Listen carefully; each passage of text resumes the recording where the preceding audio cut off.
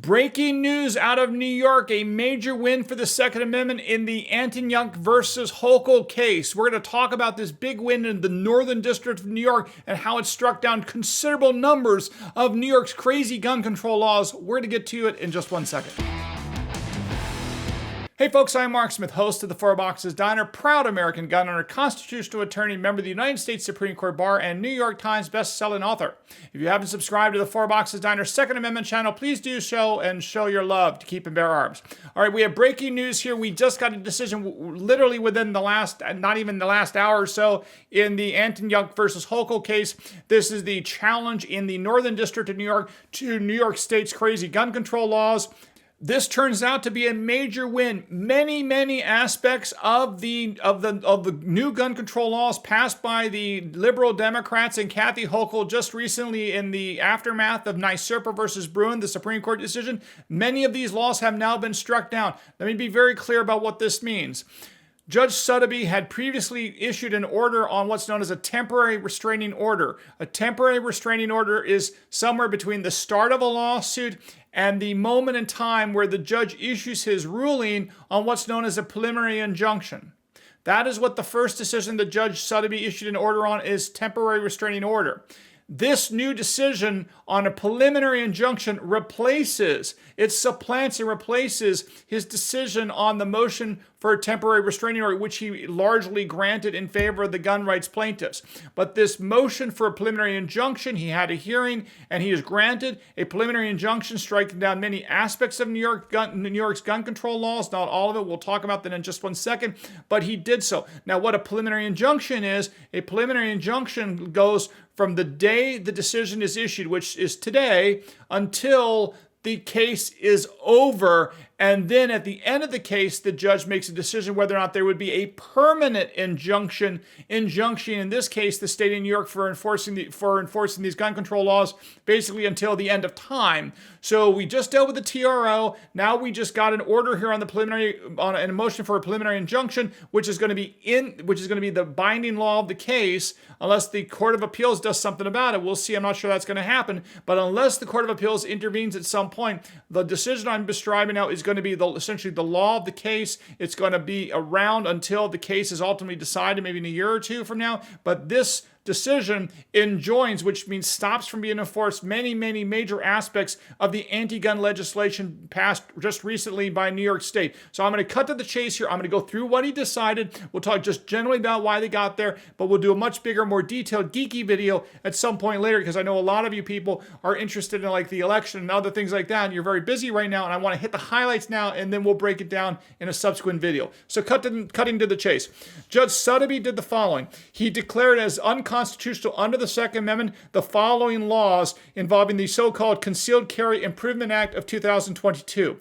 Number one, he says the provision that requires one to be of good moral character as defined by the statute is unconstitutional under the Second Amendment. There is no historical analog for such a thing. It appeared to be just another excuse to try to deny law-abiding citizens the ability to carry guns, which is what was going on before the Supreme Court decision. He has said that is no longer allowed to be enjoined. I said that's no longer allowed to be enforced. It's now enjoined. The provision requiring good moral character to be able to carry a gun in the state of New York. He also struck down and said that it's not constitutional under the Second Amendment for licensing officials to require you to turn over the names and contact information for your current spouse, your domestic partner, or any other adults residing in the home, including any adult children, including whether or not they're minors, by the way.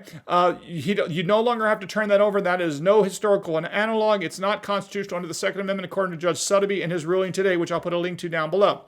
The next thing Judge Suddaby decided was the provision that requires you to list your, and this is key, the decision to require you to, the law that requires you to list your former and current social media accounts as part of applying for a gun permit for the last 3 years. That this has been struck down as unconstitutional, according to Judge Suddaby.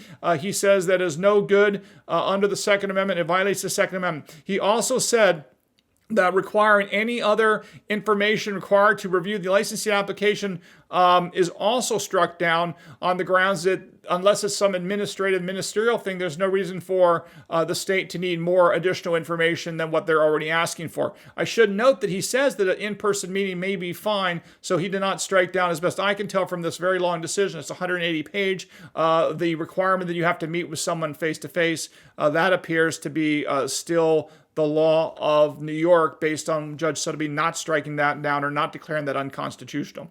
Then he moves on to sensitive places. As you know, sensitive places is a euphemism for gun-free zones, government-created gun-free zones, and he struck down many of these sensitive places as no basis in American law and not allowed. Specifically, he says that the government may not enforce the following laws dealing with so-called sensitive locations involving any location providing behavioral health or chemical dependence care or services, any place of worship or religious or observation. And by the way, this is extremely important.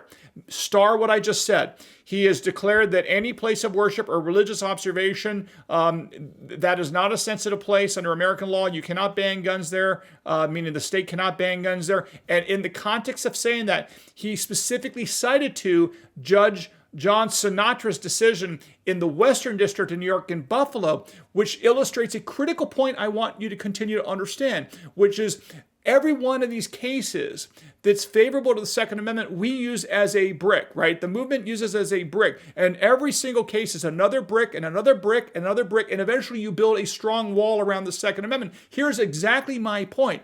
So here you have Judge Suddaby relying on a decision by Judge Sinatra, and he says, yeah, I think Judge Sinatra's decision was right on. It was a great opinion. I see no problems with it. I'm going to follow it. That goes back to my point, that these legal precedents build on each other as other judges follow the precedents of prior judges. That's how the common law works in the United States and in the Anglosphere, and that's how it worked today when, again, Judge Suddaby relied on the decision by Judge Sinatra that said in Buffalo that gun bans on government-mandated gun bans in churches and places of worship was unconstitutional under the Second Amendment. But let me carry on with what else Judge Suddaby concluded. He also said that gun bans, government-mandated gun bans in public parks and zoos, not constitutional. He says airports, to the extent the licensing holder is complying with federal regulations, and buses, again, buses and airports. Obviously, if you're not allowed, you can't violate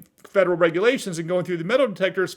But those, generally speaking, at airports and buses, he's enjoining those, saying that that's not consistent with the Second Amendment. I suspect that if you get a case involving New York City, they will strike down the gun ban on subways because, again, people need to be able to go to and fro work and be able to protect themselves with guns, and that is basically what Judge Suddaby said here. He also says that he is enjoining sensitive places to the extent they have issued a license for on-premise consumption of alcohol. He says there's no historical precedent for such a thing, and thus it violates the Second Amendment. He also says that government-mandated gun bans in theaters, conference centers, and banquet halls as articulated by part of the statute, Section 2P, that's unconstitutional and not allowed. He also says that the restricted locations provision contained in paragraph 5 of the Concealed Carry Act also remains unconstitutional, as he previously articulated in his earlier decision, I believe.